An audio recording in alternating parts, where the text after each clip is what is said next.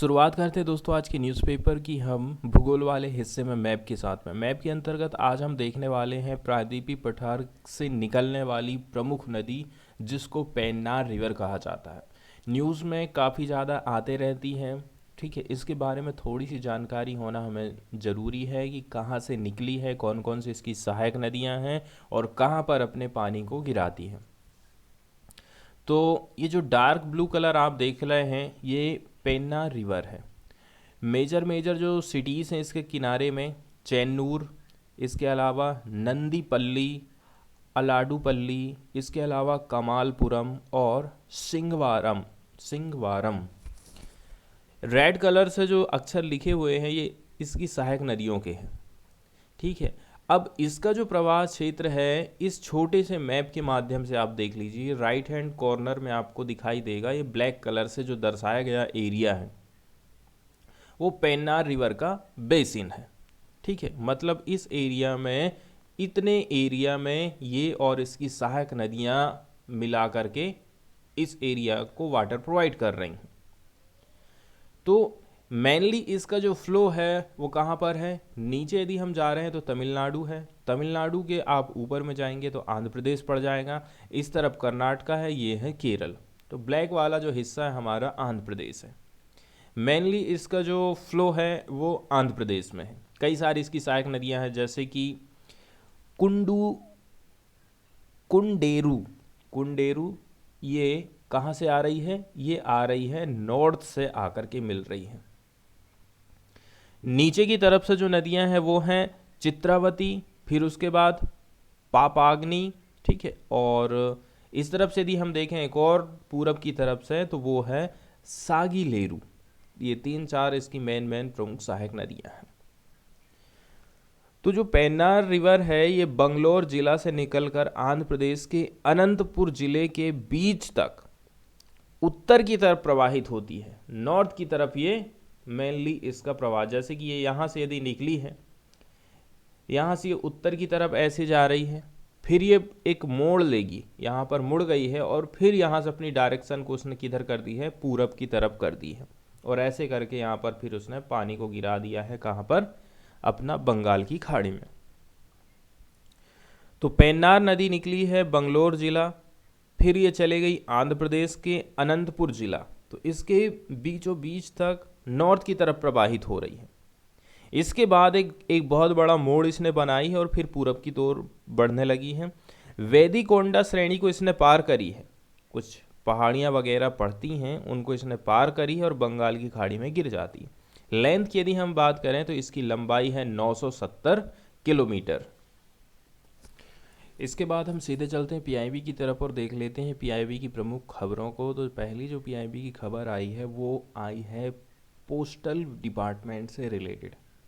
हमारा जो post office वाला विभाग है उसमें कुछ और नए संशोधन किए जा रहे हैं ताकि पोस्ट ऑफिस की जो सुविधाएं हैं उनको और भी ज़्यादा आसान बनाया जा सके और उनको हम बैंकिंग के लेवल तक ला सकें। डिपार्टमेंट ऑफ पोस्ट्स ने लॉन्च कर दिया है एक online request transfer portal. Portal मतलब वेबसाइट। जो ग्रामीण डाक सेवक हैं उनके लिए online request transfer portal launch किया गया है। तो डिपार्टमेंट ऑफ पोस्ट ये आता है मिनिस्ट्री ऑफ कम्युनिकेशन के अंतर्गत। इसने लॉन्च किया है एक ऑनलाइन रिक्वेस्ट ट्रांसफ़र पोर्टल या फिर वेबसाइट, किनके लिए, ग्रामीण डाक सेवक के लिए। शॉर्टकट में इनको जीडीएस कहते हैं। नॉर्मली ये जो ग्रामीण डाक सेवक रहते हैं ना, 10वीं में परसेंटेज बेस से, मेरा एक दोस्त भी लगा था, परसेंटेज बेस पे लगा था उसका, शायद 80 के ऊपर था, लगभग उसका रहा होगा 89%, तो परसेंटेज बेस से उसका सिलेक्शन हो गया था। तो जो श्री आलोक शर्मा है, डायरेक्टर जनरल पोस्टल सर्विस, उन्होंने लॉन्च किया है इस वेबसाइट को वीडियो कॉन्फ्रेंस के माध्यम से in the virtual presence of chief post master general of 23 postal circles. बहुत सारे इसमें ऑफिसर्स लोग शामिल हुए थे, तभी जाकर के इस वेबसाइट का शुभारंभ किया गया है। जब वो इनको लॉन्च कर रहे थे तो उन्होंने ये इन्फॉर्मेशन दिया था कि जो इंटायर ट्रांसफ़र प्रोसेस है from the stage of seeking application from GDS to stage of approval and issuing transfer orders has now been made paperless and simple through above portal। बताया जा रहा है कि देखिए, GDS से आप आवेदन मांगेंगे, इसके बाद फिर आप अप्रूवल देंगे, इसके बाद ट्रांसफ़र का ऑर्डर तैयार करेंगे। ये सारी की सारी जो प्रक्रिया है ना, पेपरलेस होने वाली है। सिंपली होगा एक पोर्टल के माध्यम से, वेबसाइट के माध्यम से। तो जो डिपार्टमेंट ऑफ पोस्ट है, इसके पास में लार्जेस्ट नेटवर्क है पोस्ट ऑफिस का पूरे वर्ल्ड में। इसमें शामिल हैं 1,56,000 से भी ज़्यादा पोस्ट ऑफिस पूरे इंडिया में, डिपार्टमेंट ऑफ पोस्ट के पास में। Out of which more than 1,31,000 branch post office. Total 1,56,000 post office हैं, इसमें 1,31,000 तो ब्रांच पोस्ट ऑफिस हैं।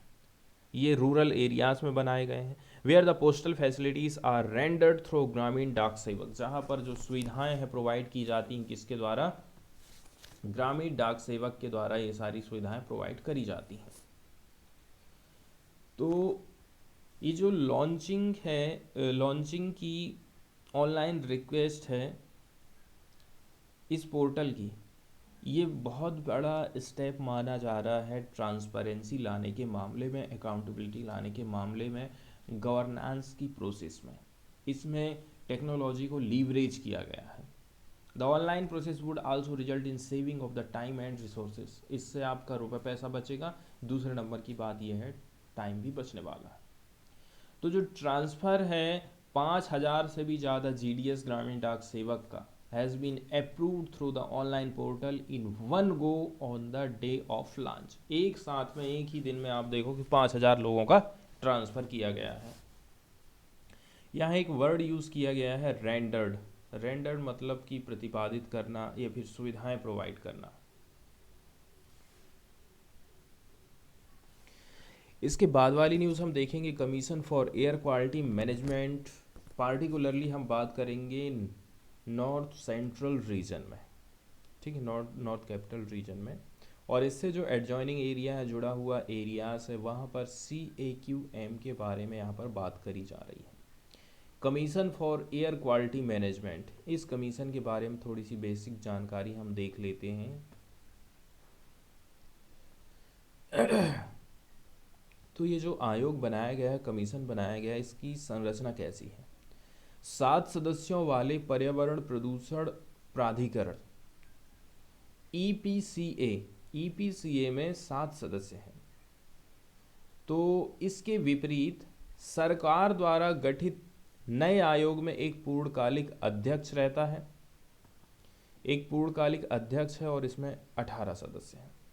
इसमें क्या था, 7 सदस्य थे, किसमें, EPCA।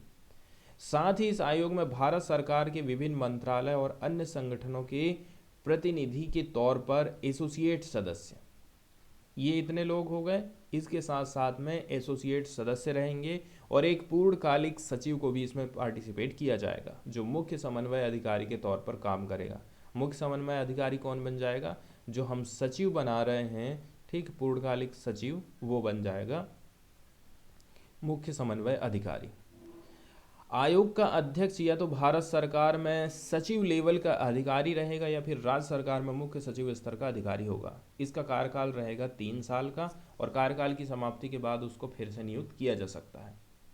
केंद्रीय मंत्रालयों के प्रतिनिधि के साथ साथ में इस आयोग में 5 राज्य, पंजाब, हरियाणा, राजस्थान, उत्तर प्रदेश और दिल्ली। अब चूंकि प्रदूषण इसी एरिया में ज़्यादा है, इसलिए यहाँ के लोगों को इसमें ज़्यादा पार्टिसिपेट किया गया है।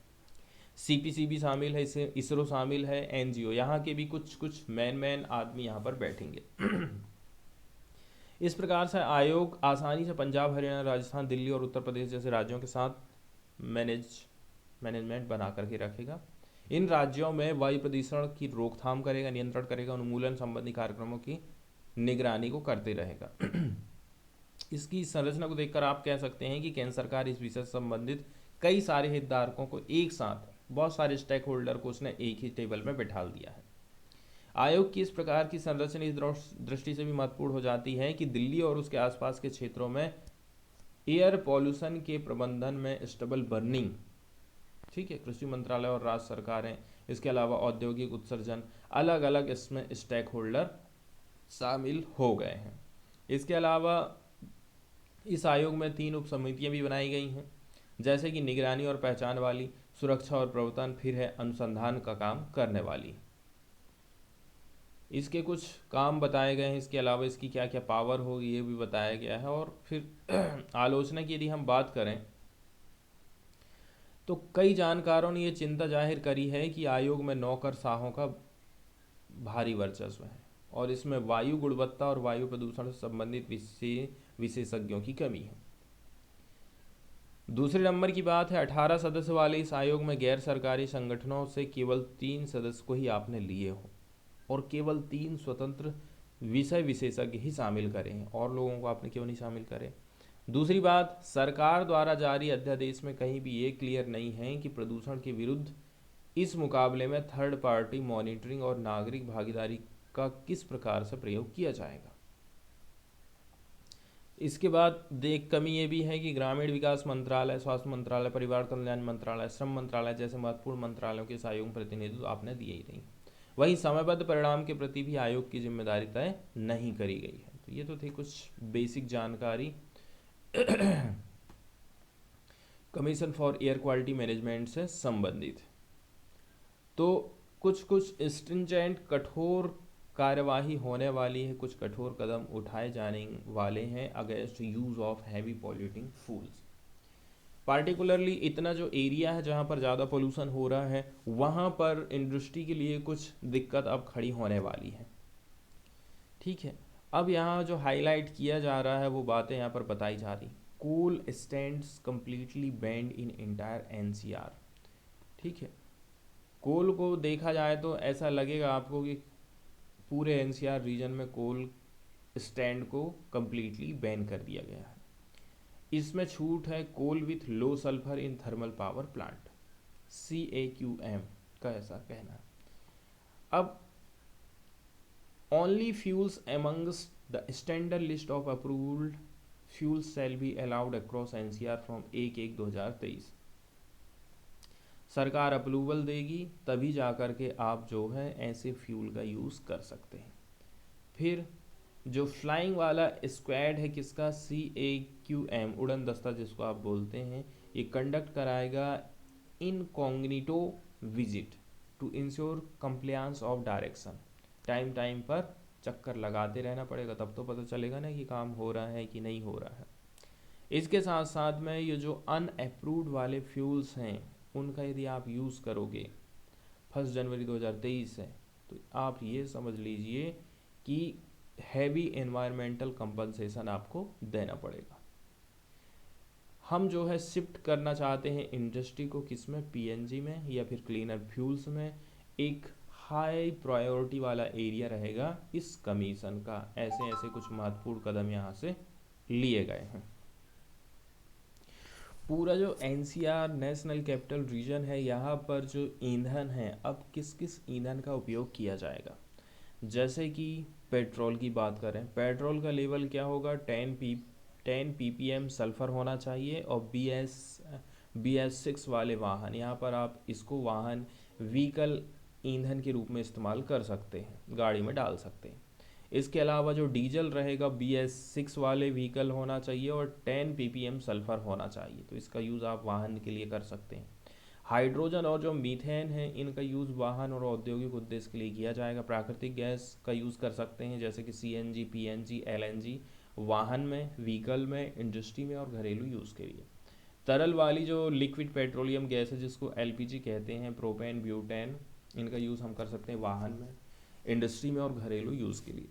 बिजली, वाहन, उद्योग, वाणिज्यिक और घरेलू उद्देश्य। विमानन, टरबाइन ईंधन है। फिर आ जाते हैं बायोफ्यूल्स, ठीक है, जैव ईंधन जिनको कहा, जैसे कि अल्कोहल, जैव diesel, biogas, CBG, bio CNG, इनका भी आप इस्तेमाल कर सकते हैं। फिर जैसे कि हम बात करें धार्मिक उद्देश्यों के लिए जलाने वाली लकड़ी या फिर बायोमास ब्रिकेट का आप यूज़ कर सकते हैं। जो होटल हैं यहाँ पर क्या किया जाएगा, खुले जो भोजनालय हैं या फिर ढाबों के तंदूर और ग्रिल के लिए लकड़ी या फिर बांस के कोयले का इस्तेमाल करना है। अब कहीं किसी को अपने कपड़ों में प्रेस करना है तो उसके लिए लकड़ी का कोयला इस्तेमाल किया जाएगा। सब जहाँ पर शव जलाए जाते हैं वहाँ उसके लिए बिजली या फिर सीएनजी जलाने वाली लकड़ी और बायोमास ब्रिकेट का यूज़ किया जाना चाहिए। ठीक है, ये सारे चीज़ें यहाँ पर बताई गई हैं किसका कहाँ पर इस्तेमाल किया जाएगा। एक और न्यूज़ हम देखेंगे पीआईबी की, वो आई है टीबी की बीमारी से संबंधित। तो इस मामले में इंडियन ऑयल जो कि एक महारत्न कंपनी है, सेंट्रल गवर्नमेंट के अंतर्गत, ठीक है, central public sector undertaking company है, सार्वजनिक क्षेत्र का उपक्रम है, इसके द्वारा टीबी से लड़ने के लिए किस प्रकार से प्रयास किए जा रहे हैं इसका उल्लेख यहाँ पर किया गया है। तो इंडियन ऑयल ने केंद्रीय टीबी प्रभाग के सहयोग से यूपी और छत्तीसगढ़ में सघनीकृत तपेदिक उन्मूलन, ठीक है, क्या नाम रखा गया है, सघनीकृत तपेदिक उन्मूलन योजना का शुभारंभ किया गया है। अब इसको थोड़ा सा इंग्लिश में देखते हैं कि इंग्लिश में सघनीकृत तपेदिक उन्मूलन योजना का किस प्रकार से वर्णन किया गया है। तो इंडियन ऑयल ने किस प्रकार से चालू करा है इंटेंसिफाइड टीबी एलिमिनेशन प्रोजेक्ट, क्या नाम रखा गया है इसका, intensified TB elimination project, Uttar Pradesh में, छत्तीसगढ़ में 2 जगह पर, और इसमें इनकी सहायता करेगा सेंट्रल टीबी डिवीज़न। तो ये एक जो समझौता है काफ़ी ऐतिहासिक माना जा रहा है, इसको साइन किया गया है। इस टाइम में प्रेजेंट थे union petroleum minister Shri Hardeep Singh Puri और union minister of health and family welfare minister doctor Mansukh Mandaviya. तो ये जो एमओयू है वो बताता है प्राइम मिनिस्टर श्री नरेंद्र मोदी के विज़न को कि कैसे करके हम ट्यूबरकुलोसिस को इंडिया से ख़त्म कर देंगे 2025 तक, 5 years ahead of the sustainable development goal. SDG कहता है 2030 तक, लेकिन हम 2025 तक ही इसको ख़त्म कर देंगे, ऐसा हमारा टारगेट हमने रखे हैं टीबी से लड़ने के लिए। टीबी की यदि हम बात करें तो टीबी जो है वर्ल्ड की टॉप इन्फेक्शियस किलर और किलर डिजीज़ माना जाता है। ये इन्फेक्ट करती है लगभग 10 मिलियन पीपल को हर साल, मार देती है लगभग 1.5 मिलियन लोगों को, and India has about 1/4 of global TB cases. पूरे विश्व में 4 केस आ रहे हैं तो 1 केस इंडिया का है, इतना ज़्यादा हमारे यहाँ पर। अब जो इंडियन ऑयल है इसने इंट्रोड्यूस किया है कॉस्ट इफेक्टिव डायग्नोस्टिक मशीन, ठीक है, ट्रूएनाट इसका नाम रखा गया है, which will improve access and availability of TB diagnosis service. अब एक मशीन इंट्रोड्यूस करी गई है इंडियन ऑयल की तरफ से, जिसके माध्यम से टीबी का हम पता लगा सकते हैं। जो रिमोट वाले ट्राइबल एरियाज़ हैं यहाँ पर ये काफ़ी फ़ायदेमंद होने वाली है। अब हम देख लेते हैं द हिंदू की प्रमुख खबरों को। तो जो पहली खबर आई है वो कोविड-19 से रिलेटेड आई है, ठीक है।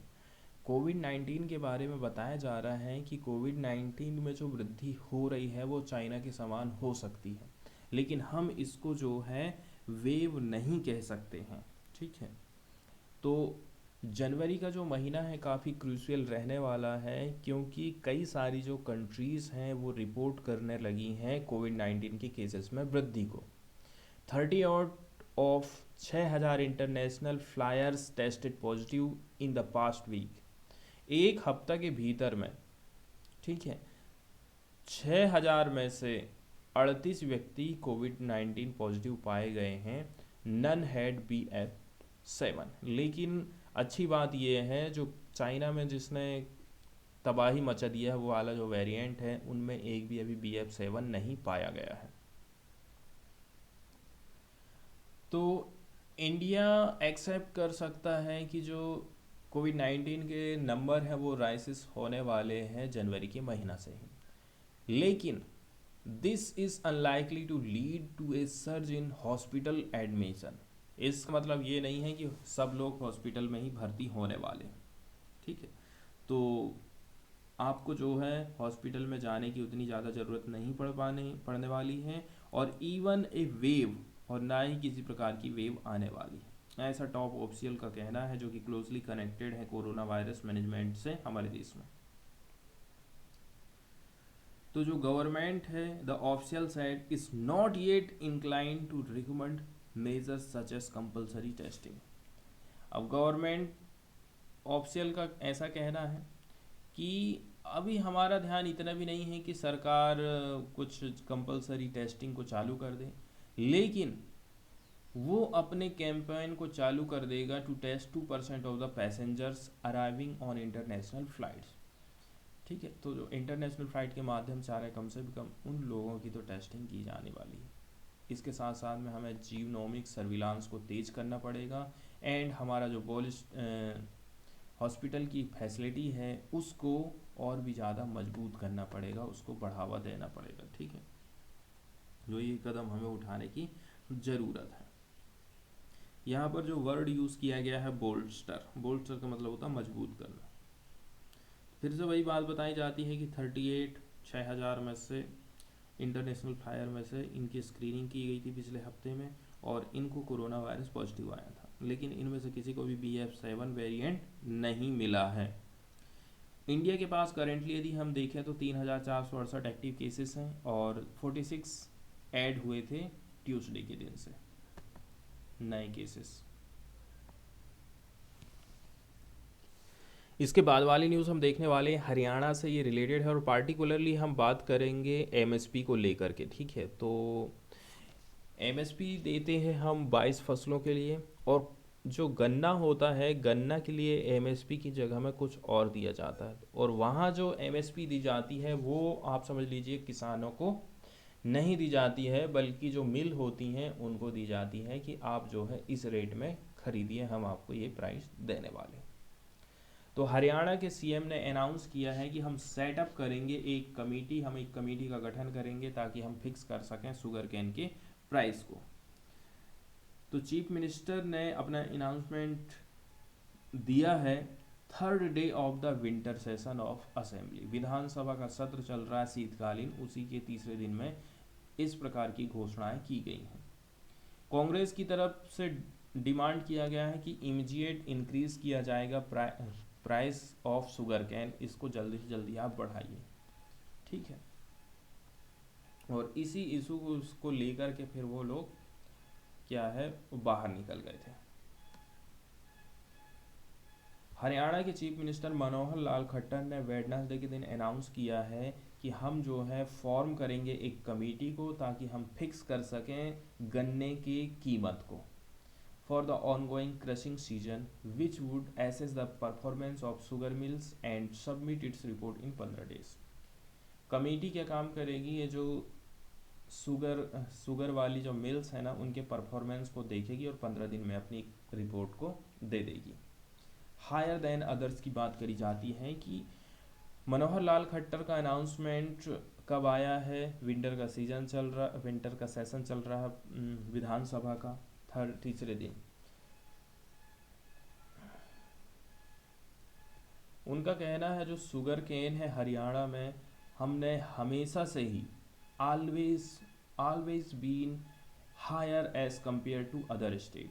ठीक है, हरियाणा और अदर स्टेट की तुलना यदि आप करोगे तो हरियाणा में ज़्यादा उनको दाम मिल रहा है। उनका कहना there are 9 cooperative and 3 private sugar mill operational in the state. हमारे स्टेट में 9 कोऑपरेटिव और 3 प्राइवेट शुगर मिल काम कर रही हैं, और गवर्नमेंट क्या काम करती, सहायता देती है कोऑपरेटिव मिल्स को, so that the payment of sugar can be made on time. ताकि इससे क्या होगा, गन्ने की जो पेमेंट है किसान मिल में ले जाके बेचेंगे तो मिल वाले किसानों को टाइम में पैसा दे सकें। There are no dues pending of any cooperative sugar mill in Haryana. और दूसरी बात यह है किसी को पेंडिंग भी नहीं है, हम सबको फटाफट पैसे देते जा रहे हैं। इसके पहले भूपेंद्र सिंह हुड्डा का कहना था जो फार्मर्स हैं वो फेस कर रहे हैं huge losses due to rise in input prices and increase in the rate of sugar cane का प्राइस बढ़ते जा रहा है, इनपुट उनका जो है बढ़ते जा रहा है, ज़्यादा उनको लागत लगाना पड़ जा रहा है। तो जो इनपुट कॉस्ट है फार्मर्स की वो फर्टिलाइज़र के ऊपर है, सीड, पेस्टिसाइड, पेट्रोल, डीजल, इसके अलावा ट्रांसपोर्ट, ये कंटिन्यू बढ़ते ही जा रही है। लेकिन जो गवर्नमेंट है बढ़ा नहीं रही है, सिंगल एक रुपया तक नहीं बढ़ा रही है, इस प्रकार से उनके ऊपर आरोप लगाए जा रहे थे। मतलब फाइनेंशियल क्राइसिस में सरकार उनको ढकेल रही है। इसके बाद मुल्ला पेरियार डैम कंटिन्यू न्यूज़ में रहता है। यहाँ एक लिमिट सेट कर दी गई है। अब चूंकि केरला में इसको बनाया गया है और तमिलनाडु इसको कंट्रोल करता है, ठीक, तमिलनाडु वाला जो ड्राई रीजन था वहाँ पर पानी पहुँचाने के लिए इस डैम का निर्माण किया गया था। इसकी जो लिमिट तय की गई है वो है 142 फीट की। अब लेकिन ये रात में देखिए 2 PM में, दोपहर में 2 बजे कितना लेवल पर पहुंच गया था, 141.85 फीट, मतलब लगभग 142 के लेवल में ये पहुंच गया था। अब जैसे ही इसका लेवल हाई होगा आपको जो है पानी रिलीज़ करना पड़ेगा, और नहीं रिलीज़ करोगे तो आइट साइड वाला जो एरिया है वहाँ पर बाढ़ आ जाएगी। तो ये मुल्ला पेरियार डैम से रिलेटेड एक फैक्ट है। कंटिन्यू ही जो मैक्सिमम लेवल है इसका 142 फीट, ये हमको याद रखना है क्योंकि न्यूज़ में ज़्यादातर यही रहता है कि उसका जो लेवल है, सबसे इम्पोर्टेंट फैक्ट यही है। और ये स्थित है केरल में, पेरियार रिवर पर इसको बनाया गया है और कंट्रोल इसको करता है तमिलनाडु। वहीं यदि हम एडिटोरियल की बात कर लें तो यहाँ पर लेबर्ड वेजेस से रिलेटेड एडिटोरियल आया है, ठीक है। यदि किसी भी प्रकार का डिले किया जा रहा है फंड में to be paid to state, जैसे कि पश्चिम बंगाल को आप फंड नहीं दे रहे हो, बोल रहे हो कि ये गड़बड़ी है वो गड़बड़ी है, इससे समस्या किसको उत्पन्न होने वाली? इससे मेनली जो मजदूर है, जिसने मजदूरी किया है, उसको सबसे बड़ी समस्या खड़ी होने वाली। ना तो स्टेट गवर्नमेंट का कुछ जाने वाला, ना तो सेंट्रल गवर्नमेंट का कुछ जाने वाला। इसमें नुकसान किसका होने वाला? उस गरीब व्यक्ति का होने वाला। इसलिए हमें किसी भी प्रकार का डिले नहीं करना है। मनरेगा भुगतान के लिए राज्यों को भुगतान किए जाने वाले धन में यदि देरी हो रही है तो वो कैसी है? अनएथिकल है, मतलब अनैतिक है। तो बात करी जाती है कि राज्यसभा में ग्रामीण विकास राज्य मंत्री साध्वी निरंजन ज्योति और तृणमूल कांग्रेस के सांसद जवाहर सरकार के बीच पश्चिम बंगाल में मनरेगा के लिए धन रोके जाने को लेकर के जबरदस्त बहस हुई थी। मुद्दा क्या था? मजदूरी की पेमेंट में देरी। एक गैर लाभकारी संगठन है लिबटेक इंडिया की एक रिपोर्ट में ये पाया गया है, ठीक है। एक रिपोर्ट है किसके द्वारा? Non profit organisation LibTech India. उसने क्या पाया है? 2744 करोड़ वास जो है अभी भी ड्यू है, किसके लिए? वर्कर्स के लिए, for the work done since 26 दिसंबर 2021। अब 2021 और ये 2022 खत्म होने वाला है, 2023 लगने वाला है, 1 साल हो गया उनको पैसा नहीं मिला है। इसका मतलब ये है पेमेंट में डिले हो रहा है, which is contrary to what is stated in section 3 of MNREGA act, ठीक है। भुगतान में देरी जो नरेगा अधिनियम की धारा 3 में बताई गई बातों के उल्टा हो रहा है। कैसा हो रहा है? थोड़ा सा विरोधाभास हमको प्रतीत होता है। Has resulted in A drop in the number of house hold working under the scheme in the state. पहले 77 लाख काम करते थे, आज के टाइम में 16 लाख हो गए हैं। क्यों? क्योंकि पैसा नहीं मिल रहा, तो क्या करेंगे? जाएंगे बाहर ईंटा गारा के काम करने के लिए। जो करेंट नंबर है वो उसमें गिरावट हुई है 49.25 lakh household which avail the scheme in the last pre कोविड-19 ईयर एज वेल एज। तो 49 लाख जो है लोगों ने काम करा था, उससे भी कम है अभी इनकी संख्या। तो जो यूनियन गवर्नमेंट है अपने रिस्पॉन्स में सजेस्ट करी है कि ये जो फंड है have been blocked only West Bengal, हमने रोके केवल पश्चिम बंगाल को लिए, और ये धन के पूर्व दुरुपयोग से संबंधित है, आपने फंड का मिसयूज किया था। लेकिन तृणमूल कांग्रेस सरकार की प्रतिक्रिया, अब लेकिन ये जो तृणमूल कांग्रेस गवर्नमेंट है रिस्पॉन्स इज लेजिटिमाइड, मतलब उनकी जो चिंता जाहिर करी गई है वो सही है, ठीक है। राज्य ने श्रमिकों को धन के दुरुपयोग और अवरोधन संबंधित प्रश्नों का उत्तर भी दिया। तथ्य ये है कि दुरुपयोग कथित तौर पर ग्रांट के केवल एक अंश को कवर करता है, मतलब 100 रुपया में 10 रुपया ऐसा हुआ होगा। ये बताता है कि श्रमिकों को अनुचित रूप से दंडित किया जा रहा। कुल मिलाकर के आप यही कर सकते हैं, आप वर्करों को पनिश कर रहे हैं। तो मजदूरी में मनरेगा के साथ एक पुरानी समस्या रही है कि हम पेमेंट देरी से हो रहा है, जो सबसे गरीब ग्रामीण परिवारों के लिए बीमा के रूप में काम करता है। ठीक है। इसके अलावा कोरोना के दौरान एक वरदान के रूप में इसने काम करा था, जो न केवल ऐसे परिवारों को बल्कि शहरी क्षेत्र के प्रवासी श्रमिकों को भी विकल्प दिया था, उसने रोजगार दिया था। इस साल की शुरुआत में स्टेट के धन में वितरण में देरी, ठीक है, इसके साथ साथ में जो क्या बोलते हैं पब्लिक फाइनेंशियल मैनेजमेंट सिस्टम है फाइनेंस मिनिस्ट्री के अंतर्गत, वो बताता है कि इसमें हमें ओवरहालिंग करने की ज़रूरत है। This should not be a problem if the union government sets aside adequate fund at the beginning of the financial year. ठीक है, तो बताया जा रहा है ये एक समस्या नहीं होनी चाहिए अगर केंद्र सरकार वित्तीय वर्ष की शुरुआत में पर्याप्त धनराशि अलग कर देती कि भाई इतने रुपया हम इस स्टेट को देने वाले हैं। तो दुरुपयोग को कम करने के लिए जरूरी है कि विशेष रूप से कि वास्तव में सार्वजनिक कार्यों को शुरू करके योजना का यूज आपने करे हैं कि नहीं करे हैं। ठीक है, आप तकनीकी सहायता की आपके पास कमी है, स्मार्टफोन रखने की ज़रूरत, साइटों पर काम करने योग्य इंटरनेट कनेक्शन जैसे मुद्दों को आपने पूरी तरह से हल करे ही नहीं हो। ठीक है, इसके अलावा आप क्या काम कर दे रहे हो